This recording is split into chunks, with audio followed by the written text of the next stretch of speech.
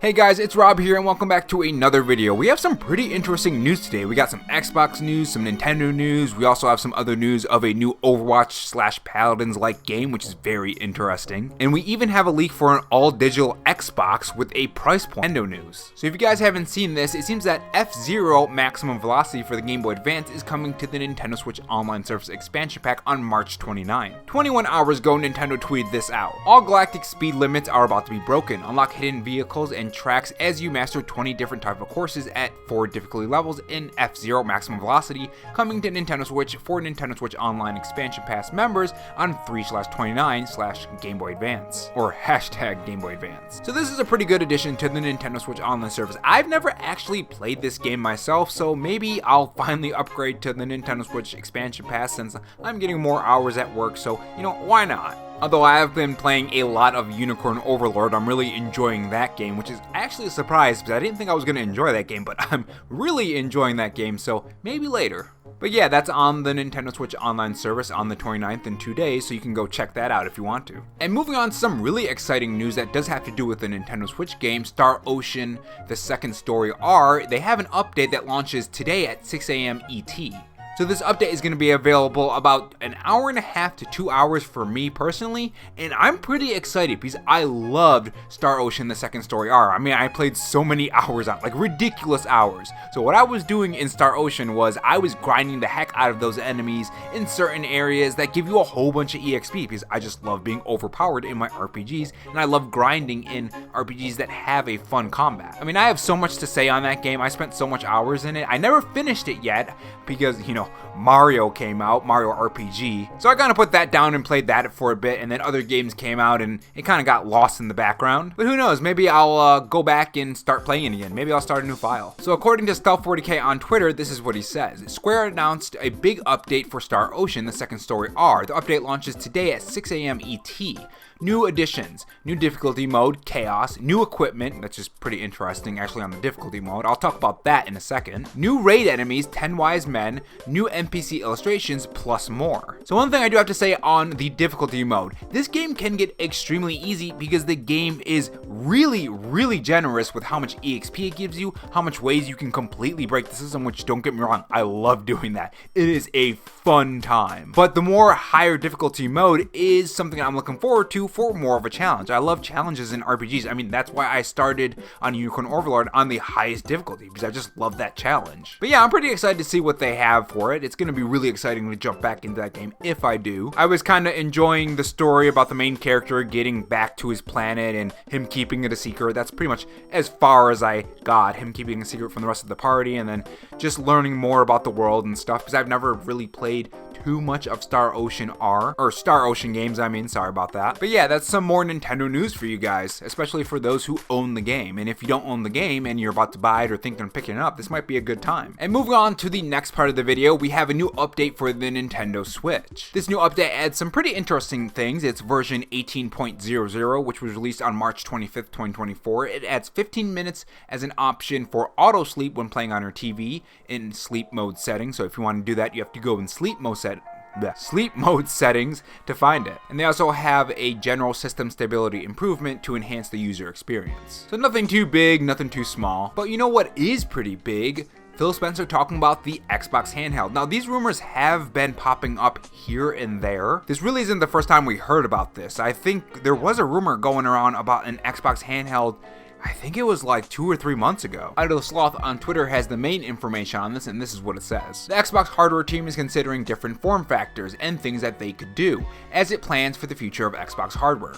What should we build that will find new players? Spencer said. That will allow people to play at times when they couldn't play in the past. Now, on March 25th, the Xbox handheld apparently leaked online already, so Phil Spencer talking about this right now really makes a lot of sense. And I gotta say, if Xbox does make a handheld, it depends on what kind of handheld, because you have to think, is this gonna be like what Sony did, where you don't actually have handheld specific games that play on the handheld, like the Nintendo Switch? Is this just going to be a streaming device? Because we already have that with multiple devices. Is it going to be like a Steam Deck? Is it going to be as powerful as that? Is it going to be more powerful? There are a lot of questions I do have. It's clear as day, I mean, even more so now than before that Xbox just wants their games in everybody's hands, no matter what, pretty much. That's why they're bringing out all of these devices, which, funny enough, another device, the all-digital device. Now, I'm someone who doesn't really like digital games. If I have to buy digital, if that's the only option, then yeah, I mean, I don't have a choice if I really want to play that game.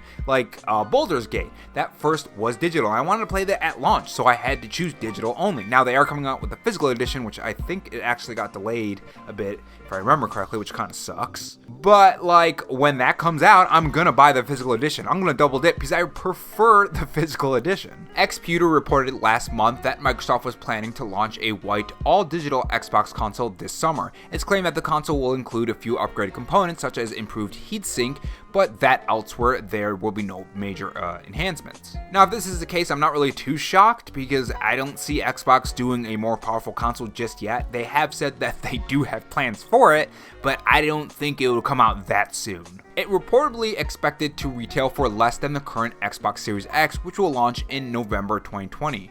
Or which launched in November 2020, and has an ERP of $499.99, although it's often available for significantly less. Yeah, you can find an Xbox Series X for less a lot of places, especially like Facebook Marketplace. If you get really lucky, if someone's selling one, you can get it for pretty cheap. But anyways, it talks about the other leak that happened a while back, the other adorably all-digital Xbox Series X, according to VGC. So it already leaked out. We just didn't really know the price, and we didn't really know a lot about it. We didn't even know if it was white. I think the picture showed it was black, actually. So maybe it'll come in black or white. Now, according to the documents, they say they wanted to launch it in November of 2024. With the launch price of $499. Now, June is coming up, and we know that Xbox will have their own plans for those days.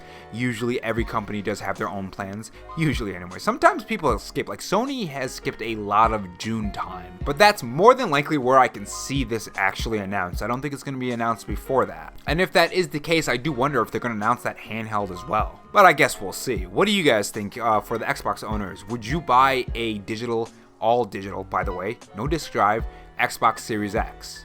For me, again, I like physical games, so I probably wouldn't, unless it was significantly cheaper and there was like none around me that I can find, which that is not the case. I was literally at GameStop like a week ago and I found one. Now, the photos of this all-digital Xbox Series X is on the internet right now. If you want to go and find it, I'm not going to put it in the video because I don't know if this video is going to get taken down because of that. And moving on to the last topic of today, it seems that next week's free Epic Games Store has leaked, and it's going to be Outer Worlds Space Choice Edition. Now, this game is really fantastic. I only play a little bit, but again, like I say in every RPG, I always spend a lot of time in the first couple areas to scour everything I can, and a lot of times I do get a lot of hours on these games, but because I spend so much time in the first area, I actually never finish them. A lot of times it comes down to other games releasing too, and I want to play those more. Like right now, I'm playing a lot of Unicorn Overlord. Before that, I was playing Final Fantasy VII-R, and can you guess what I was doing in that game? Actually, I got 28 hours on that, and I didn't really do that in the beginning of the game, and I'm like, you know what? I want to go back and grind the first area and upgrade my materia more and level up more. So I restarted that thing, and now I have about probably close to 40, and I'm still in the beginning of the game. I think what would be a cool video to do is like top 10 bad RPG habits or something like that. But yeah, anyways, you'd be able to get Outer Worlds free on PC, which honestly, I'm probably going to claim that because I eventually do want to upgrade my PC. But that is all the news, rumors, and leaks for you guys today. I covered a little bit of Xbox news. I covered no Sony news. Nothing's really going on with Sony, to my knowledge anyways. If you guys know anything, let me know, and I'll mention it in the next video.